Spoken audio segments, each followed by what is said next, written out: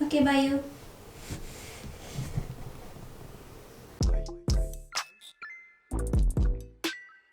Hai dan Assalamualaikum semua. Hari ini saya akan buat satu perkongsian bacaan iaitu novel Cantik Itu Luka karya Eka Kurniawan. Novel ini setebal 505 muka surat dan ini adalah kulit depannya yang baru dan saya menghabiskan buku setebal 505 muka surat ni, habiskan bacaannya dalam masa 4 ke 5 hari macam tu. Pengalaman pembacaan saya untuk buku ini saya rasakan adalah sangat-sangat unik untuk sebuah novel Indonesia yang mana saya rasakan campuran elemen romantismnya, politiknya, kepercayaan masyarakatnya dan juga campuran sejarah, cerita-cerita sejarah dan juga kekeluargaannya yang saya rasakan sangat-sangat best. Okey, novel Cantik Itu Luka ni sebenarnya telah diterjemahkan kepada lebih daripada 30 bahasa.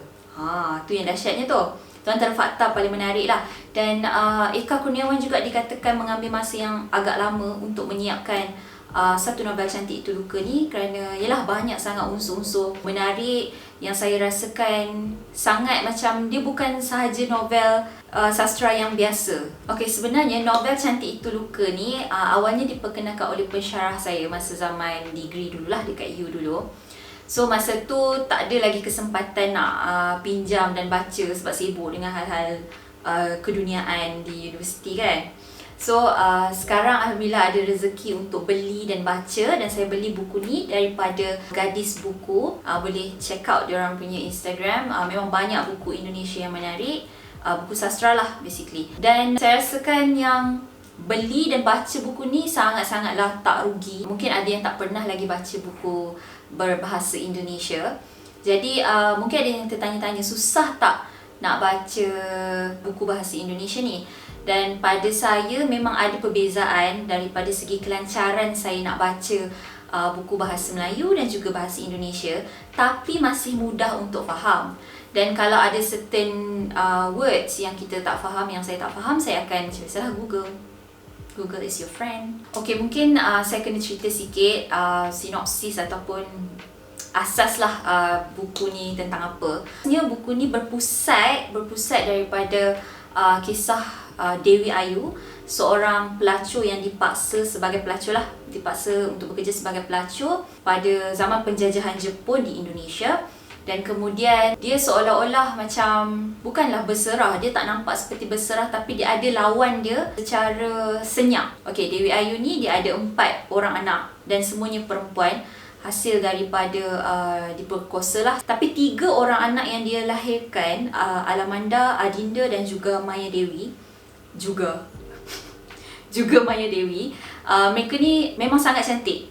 Okay, sebab Dewi Ayu adalah pelacur yang paling macam top lah dekat Halimunda. Dan kemudian dia lahirkan 3 orang anak perempuan yang memang cantik gila. Dan kemudian dia dah macam bosan tau. Dia dah macam bosan dengan anak-anak yang cantik dan hidup dia orang pun sangat menyedihkan lah. Jadi bila dia tahu dia mengandung kali keempat, dia mula macam doa lah anak ni buruk rupanya, tapi dia namakan cantik dan dia tak pernah tengok anak dia ni sehingga dia meninggal. So itu adalah basic cerita ni dan dia ceritanya berpusat pada Dewi Ayu dan keluarganya. Okey, antara sebab pertama saya rasakan novel Cantik Itu Luka ni sangat menarik adalah campuran, seperti saya katakan tadi, dia ada campuran sejarah, ada politik, ada juga diskriminasi gender, perjuangan wanita. Dan ceritanya bermula dengan ayat yang Dewi Ayu bangun dari kuburan setelah 21 tahun kematian. Dan itu saja telah menangkap, saya rasa ramai pembaca tertangkap untuk stay baca, teruskan pembacaan daripada ayat pertama tu sendiri. Dan selepas itu mulalah penceritaan ni, bermula dari zaman pra-kolonial sehinggalah pasca kolonial. Dan yang saya sukakan juga novel Cantik Itu Luka ni, 3 pembacaan saya yang terbaru semuanya berkisahkan tentang komunisme. Dan dalam ni juga dia ada masukkan zaman komunis di Indonesia. Dan dari situ saya rasa macam pembacaan saya tentang komunisme tu sangat banyak untuk beberapa bulan ni. Selain daripada tu, saya rasakan novel Cantik Itu Luka ni juga menarik kerana ia ditulis oleh seorang lelaki, tetapi isu diskriminasi gender ataupun stereotype gender tu memang jelas diangkat dalam novel ni. Perempuan-perempuan dalam zaman tu, kerana novel ini berkisahkan tentang pelacuran, kita boleh tengoklah, kalau wife tak cantik, isteri tak cantik, mudah untuk suami atau pasangan kita cari pelacur. Okey, selain daripada tu, boleh nampak juga wanita-wanita yang cantik dalam novel ni dilihat sebagai objek, dan kalau tak rela akan dirogol. Senang je diperkosa zaman tu.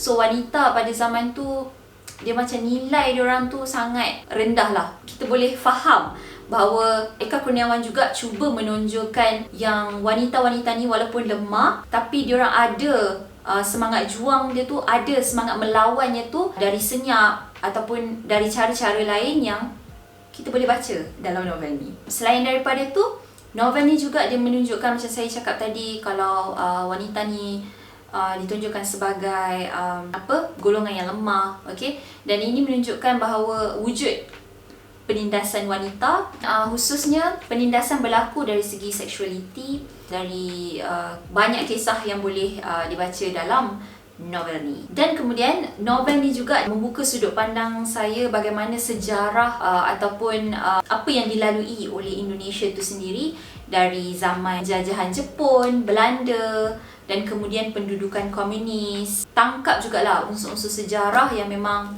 saya rasakan ditulis dengan sangat-sangat brilliant. Faham tak?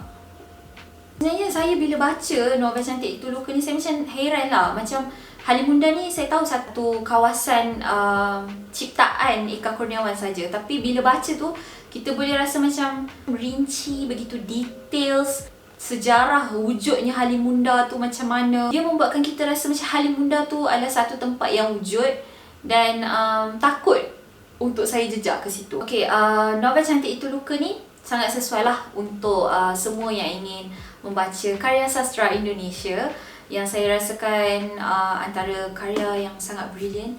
Sebab sebelum ni karya Eka Kurniawan saya baca Lelaki Harimau. Tapi saya rasa Cantik Itu Luka ni dia macam 18 ke atas sikit baru boleh baca. Disebabkan cinta yang membara-bara antara watak-watak lelakinya, adegan seks, adegan rogolnya tu hardcore sangat. Jadi saya rasakan perlulah kot macam 18 ke atas je yang baca. Sebenarnya saya rasa puas hati sangat-sangat sebab akhirnya saya beri kesempatan untuk beli dan baca novel Cantik Itu Luka ni. Walaupun dari zaman degree sana sepatutnya saya baca, tapi better late than never kan. Okey, itu saja perkongsian bacaan daripada saya. Kalau ada juga yang nak dapatkan novel Cantik Itu Luka ni, boleh pergi ke Instagram Gadis Buku. Okay, so terima kasih sebab sudi tengok perkongsian bacaannya ni. Terima kasih, jaga diri semua. Assalamualaikum, bye.